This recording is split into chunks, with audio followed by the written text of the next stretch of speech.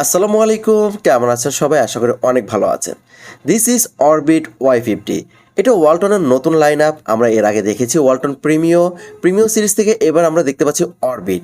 তো এই মডেলটি ছিল Y50 অ্যান্ড এই ফোনটা কিন্তু বাজারে আপনারা বর্তমানে পেয়ে যাবেন।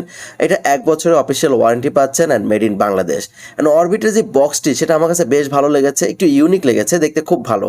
পিছনে আমরা কিছু হাইলাইট ফিচার পাচ্ছি, এছাড়াও 30 দিনের রিপ্লেসমেন্ট গ্যারান্টিও আপনারা পেয়ে যাবেন। অ্যান্ড এই ফোনটা কিন্তু পিছনে দেখতে পাচ্ছেন মেড ইন বাংলাদেশ, দেখলেই মনটা ভালো লাগে যে আমাদের দেশে তৈরি ওয়ালটনের অরবিট Y50। এছাড়াও বাংলাদেশে তৈরি হওয়াতে এই ফোনটাতে অনেক অনেক কিছু আমরা পেয়ে যাচ্ছি। যেমন বক্সটি প্রথমে খুললে আরেকটি বক্স পেয়ে যাচ্ছি, এরপর দেখতে পাচ্ছি আরেকটি বক্স, এরপর আমাদের কাঙ্ক্ষিত স্মার্টফোনটি পাশে রেখে দিচ্ছি। এটা আমরা পরে দেখবো যে উপরে বক্সটি পেয়েছি, এর ভিতরে থাকছে অনেক অ্যাক্সেসরিজ। অনেক বলতে একটি ফোনে যেমনটি থাকার দরকার বর্তমানে সেটা কিন্তু থাকে না, বাট ওয়ালটন দিয়ে দিয়েছে। প্রথমে আমরা সিম ইজেক্টর টুল পেয়ে যাচ্ছি, একটি গ্লাস প্রোটেক্টর পেয়ে যাচ্ছি, যেটা খুবই ভালো ব্যাপার যে ফোনটি কিনলে আমরা একটা গ্লাস প্রোটেক্টর পাচ্ছি। এরপর আমরা ওয়ারেন্টি কার্ড পাচ্ছি, ওয়ারেন্টি কার্ড ভিতরে বাংলায় সব কিছু লেখা আছে, কোথায় কোথায় সার্ভিস সেন্টার দেখে নেবেন। এরপর একটি টিপিউ কেস পাচ্ছি, ট্রান্সপারেন্ট, দেখতে খুব ভালো লেগেছে, খুবই সফট। এরপর আমরা একটি চার্জার পেয়ে যাচ্ছি, যেটা কিনা 10 ওয়াটের কুইক চার্জার বক্সেই দেওয়া আছে। এটা খুব ভালো ব্যাপার, ফোনটাতে 10 ওয়াট সাপোর্ট করছে। ইউএসবি টাইপ বি, সো এখানে টাইপ সি হলে ভালো হতো।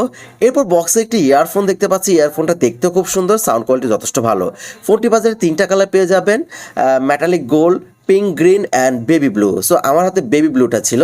অ্যান্ড এই হলো আমাদের কাঙ্ক্ষিত স্মার্টফোনটি। পিছনে একটি পেপার থাকে, সেটা সরিয়ে ফেলার পর আসল লুকটা কিন্তু দেখা যায়। অরবিটে যে এই ফোনটা যে প্যাটার্ন ডিজাইন সেটা আমার কাছে বেশ ভালো লেগেছে। একটি সুন্দর টেক্সচার আমরা দেখতে পাচ্ছি, যেটা কিন্তু লাইটে রিফ্লেক্ট করলে সুন্দর লাগে।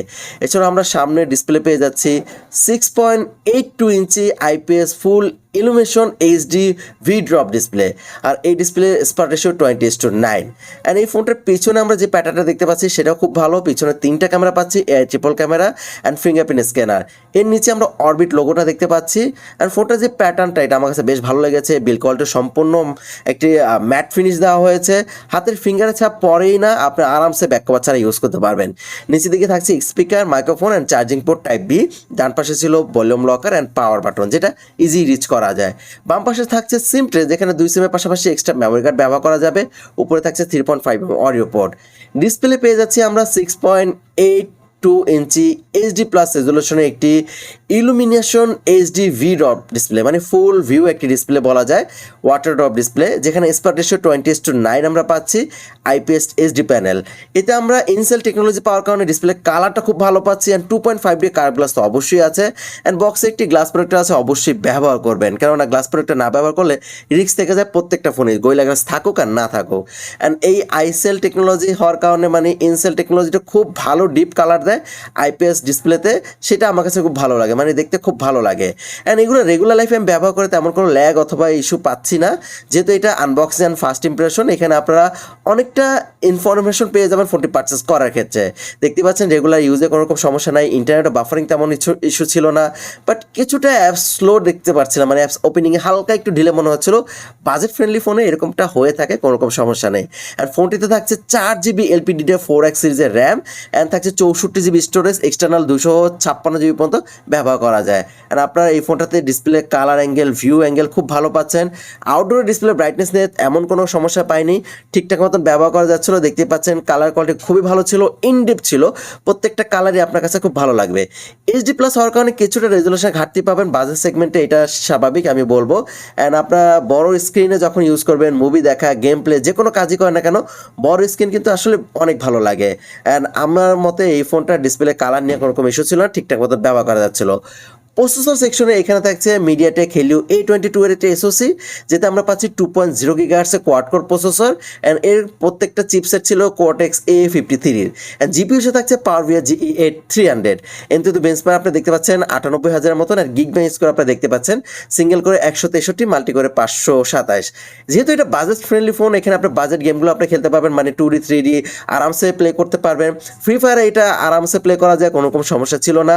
আপনি পাবজি যদি খেলতে ইচ্ছা হয় তাহলে পাবজি লাইট প্লে করতে পারেন। এছাড়াও অনেক গেম আছে যেগুলো আপনারা এখানে আরামসে প্লে করতে পারবেন।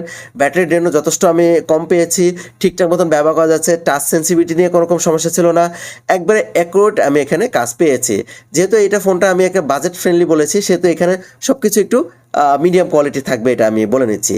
ক্যামেরা সেকশনে থাকছে triple camera setup, and main camera ছিল 13 megapixel AI triple camera and aperture 2.0। And picture quality নিয়ে আমি একবারে এক কথায় বলে দিই, 100 আমি কোয়ালিটি পেয়েছি। এখানে দেখতে পাচ্ছেন প্রত্যেকটা পিকচারের কোয়ালিটি খুব ভালো ছিল, কালারও যথেষ্ট ন্যাচারাল ছিল, ফোকাস নিয়ে কোনো রকম ইস্যু পাইনি। দেখতে পাচ্ছেন ডাইনামিক রেঞ্জ যথেষ্ট আমি ভালো পেয়েছি, একবারে গ্রিন কালার যেখানে অ্যাকুরেট গ্রিন পাচ্ছি, যেখানে আপনার ইয়েলো দরকার সেখানে ইয়েলো ছিল, সব কিছু মিলে আমি বলবো অ্যাকুরেট ভালো পেয়েছি। বাট কিছুটা সফটওয়্যার ইস্যু আমি দেখতে পেয়েছি, 4x জুম করে আপনি ডিটেল ভালো পাচ্ছেন, দেখতেই পাচ্ছেন। অ্যান্ড খুব কাছ থেকেও আমি ছবি নিতে পারছিলাম, ম্যাক্রো ক্যামেরা না থাকতেও আমি কাছ থেকেও ছবিগুলো ঠিকঠাক মতো নিতে পারছি। অ্যান্ড পিকচার কোয়ালিটি আমার কাছে বেশ ভালো লেগেছে।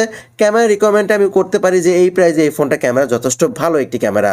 এছাড়াও এখানে সেলফির জন্য 8 মেগাপিক্সেল দিয়েছে, যার অ্যাপারচার 2.2 4P লেন্স ব্যবহার করেছে।